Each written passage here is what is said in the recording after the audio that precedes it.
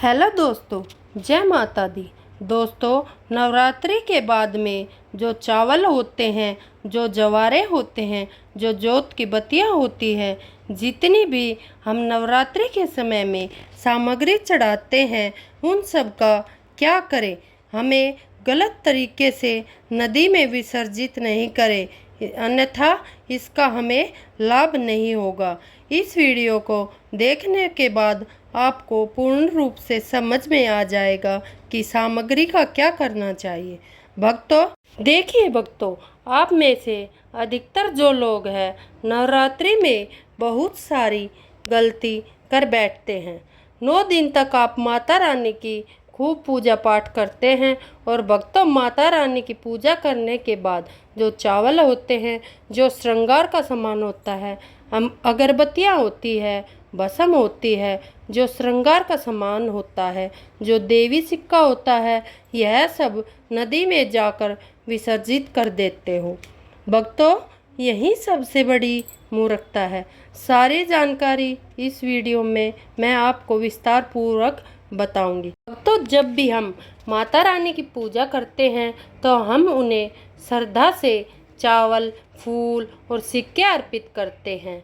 मैं अब उन चावलों की बात कर रही हूँ जो पूजा के बाद बचते हैं, बल्कि खास वो चावल जो हम क्षमा याचना करते हुए माता रानी को समर्पित करते हैं। अक्सर देखा गया है कि पूजा समाप्त होने के बाद लोग उन चावल, फूल और सिक्कों को उठाकर नदी में बहा देते हैं। दोस्तों, हमें इन चावलों को, फूलों को, सिक्कों को अपना एक अलग महत्व होता है। यह सब चीज़ें माता रानी की कृपा से जागृत हो जाती है। यह कोई साधारण वस्तुएं नहीं रह जाती। इसलिए जब भी आपको ऐसे चावल मिले तो उन्हें ज़रूर संभाल कर रखें। आप चाहे तो इन चावलों को अपने अन्न भंडार में रख सकते हैं। मतलब जो चावल आप रोज़ पका कर खाते हैं, उनमें इन चावलों के 2-4 दाने मिला दीजिए।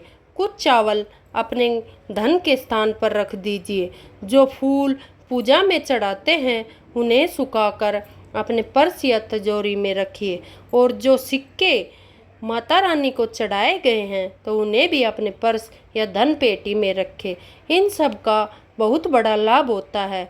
माता के मंत्रों से सिद्ध यह चावल, फूल और सिक्के हमारे जीवन में सकारात्मक ऊर्जा लाते हैं। नवरात्रि में जब नवदुर्गा का साक्षात वास होता है तो उस समय अर्पित की गई हर चीज़ जागृत हो जाती है, उसमें शक्ति आ जाती है। अब बात करें इन चावलों को खाने की, तो इन चावलों को खाने से घर में कोई भी बीमार व्यक्ति ठीक हो जाते हैं, उनके दुख कष्ट दूर हो जाते हैं। इसलिए दोस्तों, इन चावलों को हमें अपने अन्न भंडार में ज़रूर डालना चाहिए। आप में से ज़्यादातर भक्त है माता रानी को श्रृंगार का सामान ज़रूर चढ़ाते हैं, और श्रृंगार का सामान चढ़ाने के बाद इसे आप लोग नदी में बहा देते हैं, फिर अन्य को दे देते हो। तो ऐसा नहीं करना चाहिए।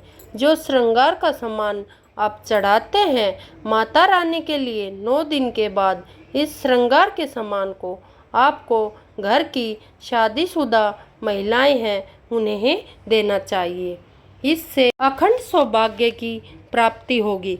माता रानी को चढ़ा हुआ आपने दिया श्रृंगार करेंगे जब तक, अगर साक्षात सोम काल भी उनके पास आए तो उनका कुछ नहीं हो सकता। स्त्री को अखंड सौभाग्यवती की प्राप्ति होती है। महिलाएं घर की साक्षात लक्ष्मी होती हैं। इसलिए भक्तों, विशेषकर ध्यान रखें कि जो बचा हुआ माता रानी को चढ़ाया गया श्रृंगार किसी को दान देना चाहिए। अब इधर मैं आप लोगों को बताना चाहूँगी कि आप में से अधिकतर भक्त जो ज्योत का बचा हुआ तेल होता है या घी होता है, इसे आप नदी में विसर्जित कर देते हैं, तो यह सबसे बड़ी गलती है।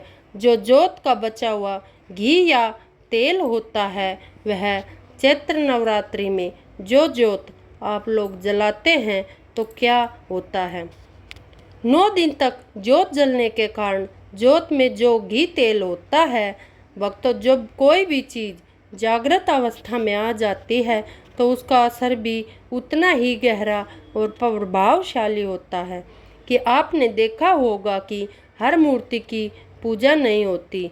जब कुम्हार मिट्टी से मूर्ति बनाता है तो वह केवल एक आकृति होती है। असल पूजा तो उसी मूर्ति की होती है जिसकी प्राण प्रतिष्ठा हो चुकी हो, यानी जिसमें देवी देवता का जागरण हो चुका हो। इसी तरह से जो ज्योति हम माता रानी के आगे जलाते हैं, उसका जो तेल घी बच जाता है वह भी जलते जलते जागृत अवस्था में आ जाता है।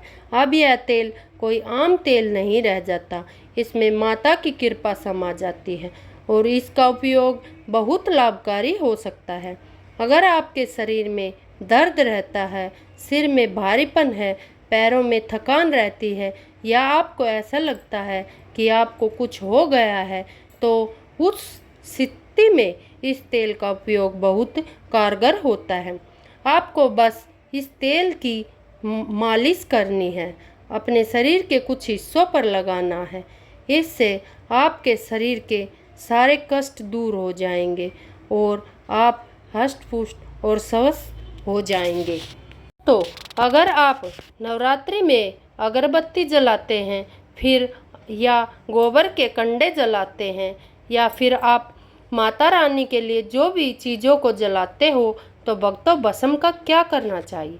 जलाने के बाद जो अंतिम चीज़ होती है वह चीज़ भस्म होती है। भस्म का क्या करना चाहिए, तो भक्तों हम आपको बता दें कि इस भस्म को पूरे साल के लिए एक कपड़े में बांधकर रख देना चाहिए।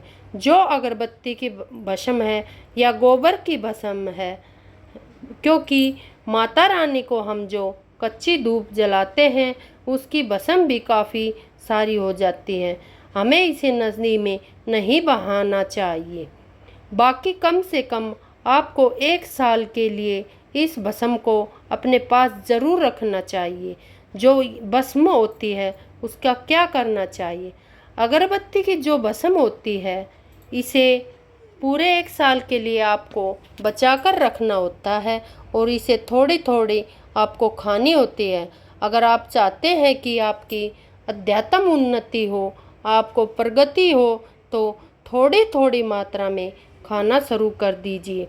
आपके जो सोचने समझने की क्षमता है इतनी बढ़ जाएगी कि आपको विश्वास नहीं होगा, उसमें 1000 गुना सोच बढ़ जाएगी। भक्तों, जिस भी कार्य को करने के लिए जाओगे उस कार्य में आपको तरक्की मिलना शुरू हो जाएगी। अगर बच्चों को नज़र लगी हुई है तो इस भस्म का उपयोग ज़रूर करें। माता रानी के लिए 9 दिनों तक आपने भस्म जला करके रखी है, उस भस्म का थोड़ा सा तिलक आप अपने मस्तक पर लगाएं। दोस्तों, अगर आप इस भस्म का तिलक हर रोज़ अपने माथे पर लगाते हो तो यह अति उत्तम होगा। आपके लिए यह बहुत ही महत्वपूर्ण होगा। आप जहाँ भी जाए आपको भी अध्यात्म उन्नति मिलेगी। इस भस्म का जब तक तिलक आपके शरीर पर लगा रहेगा आपका कोई भी बाल बाका नहीं कर सकता। भक्तों, यदि आप पर कोई विपत्ति आती है तो वह भी दूर हो जाती है। तो अब जोत की बात का क्या करना चाहिए। आप में से अधिकतर भक्त या तो नदी में बहा देते हैं या अधिकतर लोग धन स्थान पर रख देते हैं, इससे फ़ायदा नहीं मिलता। दोस्तों, जोत की बात हमेशा जागृत अवस्था में रहती है। ध्यान से सुनना, जो कि बात को हमेशा आप जो अपनी बाजू पर पहनना, बाजूबंद की तरह आपको इसे पहनना चाहिए। अगर लड़का लड़की है तो इसे अपनी भुजा में पहन लेना चाहिए, क्योंकि यह कोई साधारण नहीं है, यह साक्षात माँ दुर्गा का आशीर्वाद होता है। यह साक्षात माँ दुर्गा की कृपा होती है, प्रसाद होता है। 9 दिन तक अखंड ज्योत जलने के कारण वह चैतन्य हो जाता है, इसमें प्राण आ जाते हैं, इसमें शक्ति आ जाती है। इसलिए इसे पहनने के बाद कई प्रकार से फ़ायदे मिलते हैं। अगर आप इस प्रकार के फ़ायदा लेना चाहते हो तो यह ज्योत की बात अवश्य धारण करें। इसको धारण करने के बाद जो 9 प्रकार के फ़ायदे हैं वह हम लोगों को मिल जाते हैं। इसका पहला फ़ायदा यह है कि यह हमें दुर्घटना से बचाता है। अगर कोई व्यक्ति इसे बाजू में पहनता है, धारण करता है, तो ऐसे व्यक्ति की कभी भी दुर्घटना नहीं होती, ऐसे व्यक्ति की कभी अकाल मृत्यु नहीं होती, क्योंकि दोस्तों ऐसे व्यक्ति के साथ में साक्षात माँ दुर्गा की शक्तियाँ चलती है। यह जो आप भी धागा धारण कर रहे हैं, तो यह जो बाजू में बाती पहन रहे हैं, यह कोई साधारण बाती नहीं है, यह साक्षात नव दुर्गा का आशीर्वाद होता है। यह एक प्रकार का सुरक्षा कवच होता है, तो इसे पहनने के बाद कभी कोई दुर्घटना घटित नहीं हो सकती। भक्तों, इसका दूसरा फायदा नज़र दोष। दोस्तों, इसे पहनने के बाद हमें नज़र दोष परेशान नहीं कर सकता। अगर आपको नज़र दोष से बचना चाहते हैं, आप चाहते हैं कि आपकी अध्यात्म उन्नति में किसी प्रकार का नज़र दोष न लगे, तो आपकी उन्नति ही प्रगति हो, तो बिल्कुल इसे धारण कीजिए। यह सारे दोषों को दूर कर देगा। भक्तों, इसका तीसरा फायदा भूत प्रेत एवं नीच शक्ति से बचाता है। आप कहीं भी मरघट में जाकर सो जाएं, इसको पहनने के बाद भूत प्रेत आपका बाल भी बाका नहीं कर सकता। इससे भूत प्रेत एवं नकारात्मक शक्ति से इसको पहनने के बाद हमें बचाव होता है। भक्तों, इसका चौथा फायदा लक्ष्मी की पूर्ण कृपा प्राप्त होती है। जो लोग चाहते हैं कि माता लक्ष्मी सिद्ध हो जाए, उनके जीवन में कभी कमी ना हो, तो इसे ऐसे व्यक्ति इसे अवश्य धारण करें। लक्ष्मी माता की पुण्य कृपा प्राप्त होती है एवं नव दुर्गा का आशीर्वाद भी मिलता है। इसका अगला फायदा है दैहिक एवं भौतिक सुखों की प्राप्ति होगी। इसको धारण करने के बाद जो लोग दैहिक सुख प्राप्त करना चाहते हैं, भौतिक सुखों की प्राप्ति करना चाहते हैं, ऐसे व्यक्ति को इसे अवश्य धारण करना चाहिए। इसका छठा फायदा मनोवांछित कार्य सफल होता है। आप लंबे समय से जो मनोवांछित कार्य सोच करके रखा है वह सफल नहीं हो पा रहा है, तो इसको धारण करने के बाद मनोवांछित कार्य सफल शुरू हो जाता है। भक्तों, इसका अगला फायदा इच्छित नौकरी की प्राप्ति होती है। इसको धारण करने के बाद आपको मनचाही नौकरी प्राप्त होती है। इसका आठवां फायदा दैविक सिद्धि की प्राप्ति होती है। भक्तों, जब आप माँ दुर्गा के चढ़ाए हुए किसी भी वस्त्र, फूल या प्रसाद को अपने पास रखते हो या धारण करते हो, तो माँ दुर्गा अंश रूप में आपके शरीर में विराजमान रहती है। जब तक इसे आप अपने साथ रखते हो, तब तक माँ की कृपा आप पर बनी रहती है। और यह तो आप भी जानते हैं कि जिस व्यक्ति के शरीर में स्वयं दुर्गा वास कर जाए, उसके जीवन में कभी भी अन्न धन या किसी भी वस्तु की कमी नहीं होती। अगर आप किसी एक रूप की पूजा करने चाहते हो तो जल्दी प्रसन्न हो जाए, आप महागौरी की पूजा कर सकते हो। यह बहुत जल्द भक्तों से प्रसन्न हो जाती है और इनकी कृपा से जीवन में सुख शांति आती है। माँ दुर्गा का जो स्वरूप सिद्धात्री के रूप में माना जाता है, वह सभी प्रकार की सिद्धियाँ देने वाला स्वरूप है। सिद्धि का मतलब सिर्फ कोई चमत्कारिक शक्ति नहीं है, बल्कि मोक्ष तक की प्राप्ति हो सकती है। यानी जीवन के हर क्षेत्र में सफलता, शांति और आत्मिक उन्नति मिलती है। नवरात्रि के 9वें दिन माँ सिद्धिदात्री की पूजा करना बहुत फलदायी माना गया है। इस दिन माँ की आराधना से कोई भी असंभव कार्य संभव हो जाता है। जो सिद्धि प्राप्त करना चाहते हैं, जो सिद्धि प्राप्त करना चाह रहे हैं, वह विशेष रूप से इस दिन माँ सिद्धात्री की पूजा करते हैं।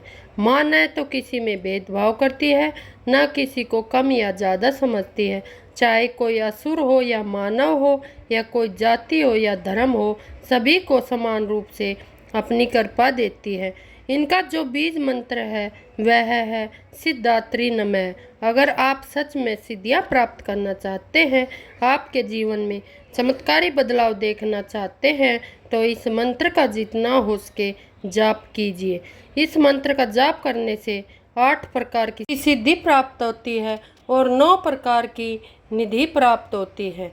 इस प्रकार भक्तों, नवरात्रि के बाद जो भी हम पूजा में सामग्री इस्तेमाल करते हैं, जो जवारे उगाते हैं, इन सब के बारे में मैंने आज की वीडियो में बताया है। इस प्रकार दोस्तों, नवरात्रि के बाद पूजा सामग्री में उपयोग होने वाली भी इन सभी वस्तुओं का उचित उपाय करें और आपके जीवन में खुशहाली आए, घर में सकारात्मकता का वास हो और नकारात्मक ऊर्जा घर से बाहर निकल जाए। तो दोस्तों, वीडियो कैसा लगा? अच्छा लगा तो लाइक करें और चैनल को सब्सक्राइब करें और सच्चे हृदय से कमेंट बॉक्स में जय माता दी जरूर लिखें।